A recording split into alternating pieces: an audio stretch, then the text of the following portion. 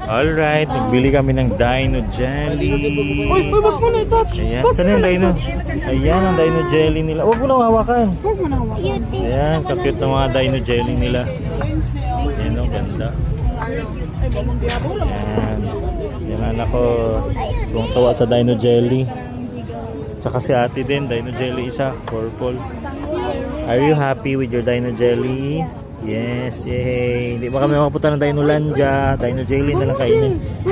Bango? Asan ang ano niyan? Okay. Asan ang kutsara mo? Okay. Okay. Bye-bye na. Say bye-bye. Dino Jelly? Hey, yan ang paborito nila Dino Jelly. Wala man nakato sa Dino Land. Wala mo ito sa Dino Land. Bili na lang Dino Jelly. Tanggal. Alright. Color yellow and purple lang kay ate.